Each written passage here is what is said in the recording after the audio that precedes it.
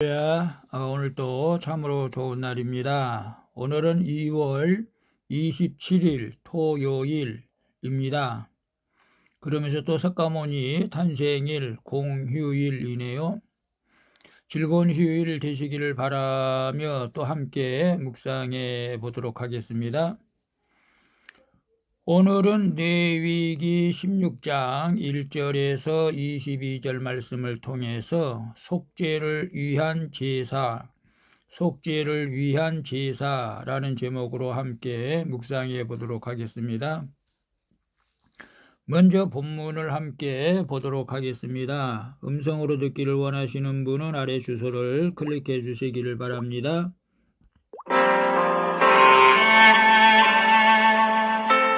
16장 1절 아론의 두 아들이 여호와 앞에 나아가다가 죽은 후에 여호와께서 모세에게 말씀하시니라. 2절 여호와께서 모세에게 이르시되 내 형 아론에게 이르라. 성소에 휘장한 법궤 위 속죄소 앞에 아무 때나 들어오지 말라. 그리하여 죽지 않도록 하라. 이는 내가 구름 가운데에서 속죄소 위에 나타남이니라. 3절 아론이 성소에 들어오려면 숫송아지를 속죄제물로 삼고 순양을 번제물로 삼고 4절 거룩한 세마포 속옷을 입으며 세마포 속바지를 몸에 입고 세마포 띠를 매며 세마포 관을 쓸지니 이것들은 거룩한 옷이라.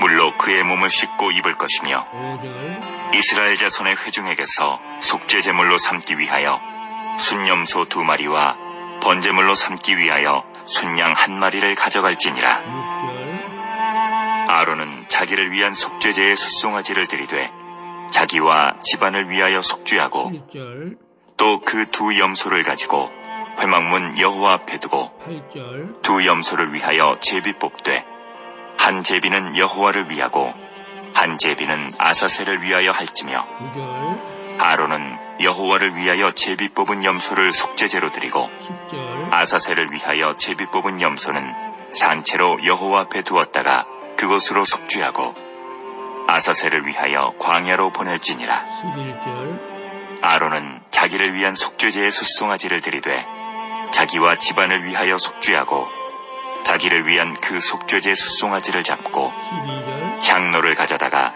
여호와 앞 제단 위에서 피운 불을 그것에 채우고 또 곱게 간 향기로운 향을 두 손에 채워가지고 휘장 안에 들어가서 13절 여호와 앞에서 분향하여 향연으로 증거궤 위 속죄소를 가리게 할지니 그리하면 그가 죽지 아니할 것이며 14절 그는 또 숫송아지의 피를 가져다가 손가락으로 속죄소 동쪽에 뿌리고 또 손가락으로 그 피를 속죄소 앞에 7번 뿌릴 것이며 15절 또 백성을 위한 속죄제 염소를 잡아 그 피를 가지고 휘장 안에 들어가서 그 숫송아지 피로 행함같이 그 피로 행하여 속죄소 위와 속죄소 앞에 뿌릴지니 16절 곧 이스라엘 자손의 부정과 그들이 범한 모든 죄로 말미암아 지성소를 위하여 속죄하고 또 그들의 부정한 중에 있는 회막을 위하여 그같이 할 것이요 17절 그가 지성소에 속죄하러 들어가서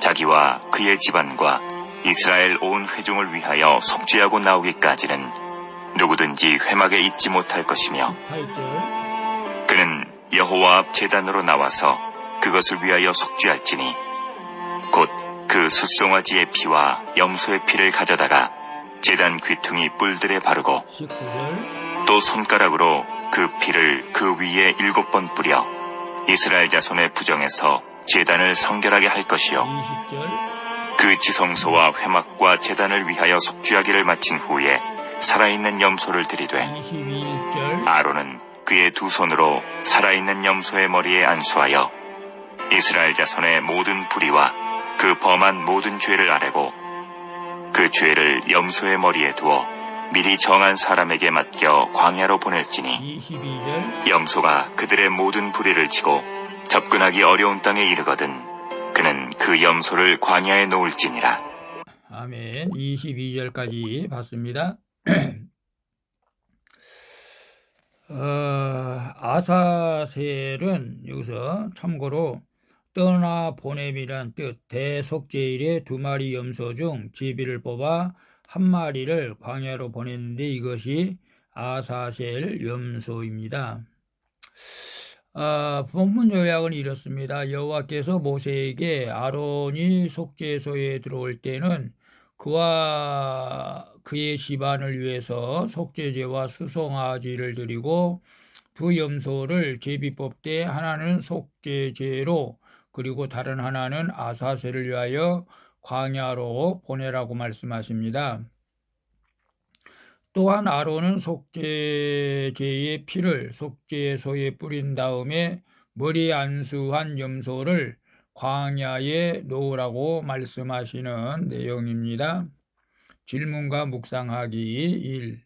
내가 믿음의 공동체에서 고백함으로 소멸되어야 할 나의 숨은 죄는 무엇이며 내쫓아야 할 부정한 생각은 무엇입니까? 9절 10절 봅니다. 9절에 보게 되면 아론은 여호와를 위하여 제비 뽑은 염소를 속죄제로 드리고 10절 아사셀을 위하여 제비 뽑은 염소는 산채로 여호와 앞에 두었다가 그것으로 속죄하고 아사셀을 위하여 광야로 보낼지니라.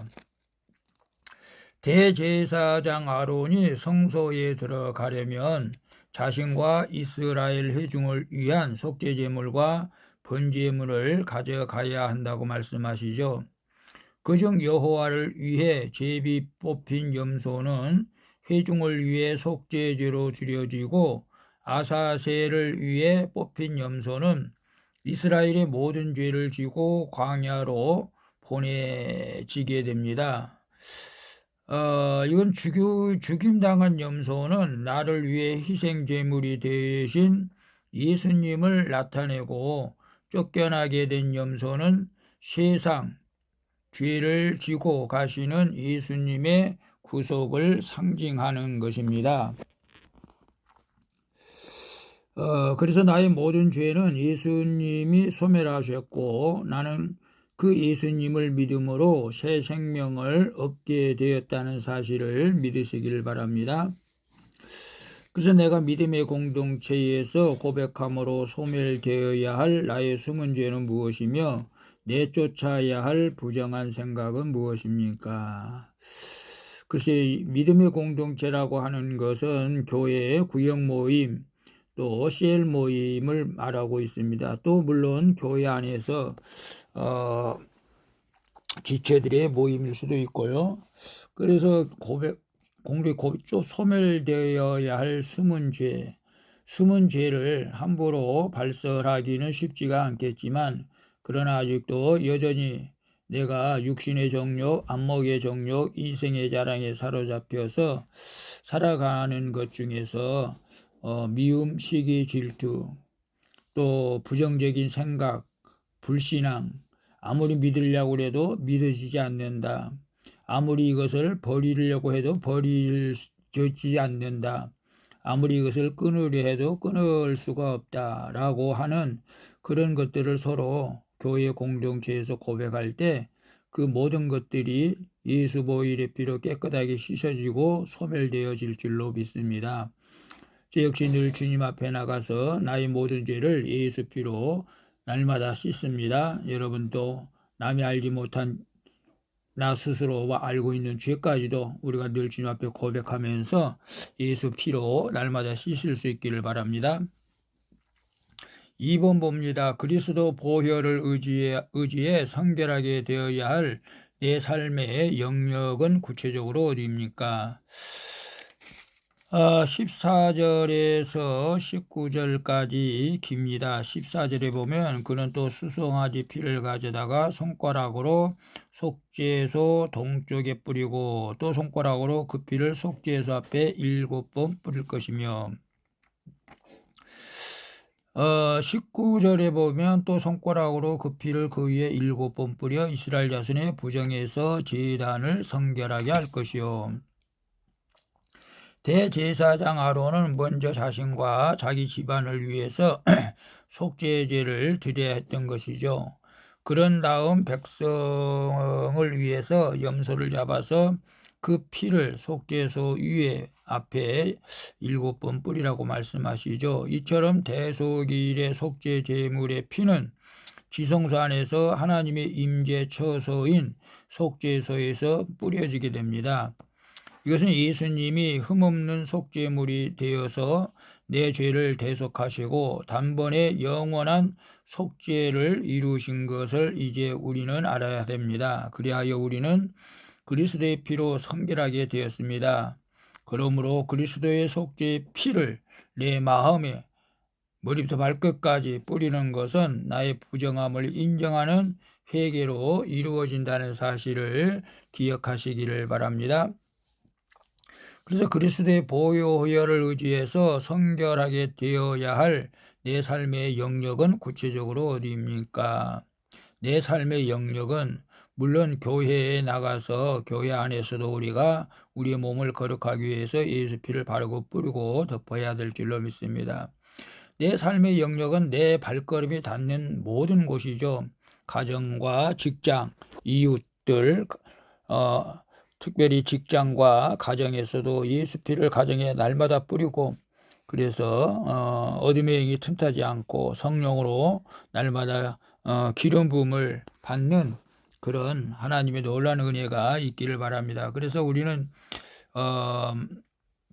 로마서 10장 10절에 마음으로 믿어 의에 이르고 입으로 시인해서 구원을 얻는 것처럼 우리가 날마다 입으로 시인해야 됩니다. 예수 보혈의 피를 바르고 뿌리고 덮사오니 나를 성결하게 하여 주옵시고 깨끗게 하여 주옵소서라고 우리의 삶 속에서 날마다 그런 고백을 할 때 나의 부정한 것들이 깨끗해지고 하나님께서 우리의 마음을 받아주실 줄로 믿습니다. 3번 봅니다. 누군가의 잘못이나 불의를 보면서 나에게도 같은 죄가 없는지 돌아보며 회개합니까? 회개합니까죠? 21절 22절에 보게 되면 21절 아론은 그의 두 손을 살아있는 염소 머리에 안수하여 이스라엘 자손의 모든 불의와 그 범한 모든 죄를 아뢰고 그 염소의 머리에 두어 미리 정한 사람에게 맡겨 광야로 보낼지니라. 22절 염소가 그들의 모든 불의를 지고 접근하기 어려운 땅에 이르거든 그 염소를 광야에 놓을지니라. 대제사장은 아사셀의 염소의 머리에 안수하고 이스라엘의 모든 죄를 전가하게 하죠. 아사셀이란 백성의 죄를 씻고자 취해진 두 마리 염소 중 백성의 죄를 짊어지고 사람들이 접근하기 어려운 광야로 보내지는 속죄 염소를 뜻합니다. 이 염소를 광야로 보내 죽게 함으로 이스라엘이 범한 모든 죄가 완전히 소멸됨을 의미하는 것이죠. 나타내는 것이죠. 세상죄를 지고 가는 하나님의 어린 양이신 예수님도 나를 위해 죽으심으로 죄를 대속하시고 하나님과 나 사이에 막힌 담을 헐어 하나님께 나아갈 길을 열어주신 것을 우리는 늘 감사할 수 있기를 바랍니다. 그냥 누군가의 잘못이나 불의를 보면서 나에게도 같은 죄가 없는지 돌아보며 회개합니까? 의인은 없나니 한 명도 없다고 로마서 3장 10절에 말씀하고 있죠. 물론 조금의 차이는 있을 수 있겠지만 그러나 우리 모두가 어떤 면에서는 인간의 본성이 죄악으로 가득 차 있고 우리는 믿기 때문에 잠시 절제하고 참고 그런 것들이 있을 수는 있겠지만 어떤 면에서는 우리 안에도 여전히 세상 사람들처럼 죄를 짓고 싶어하는 그런 욕망도 있을 수가 있다는 것이죠.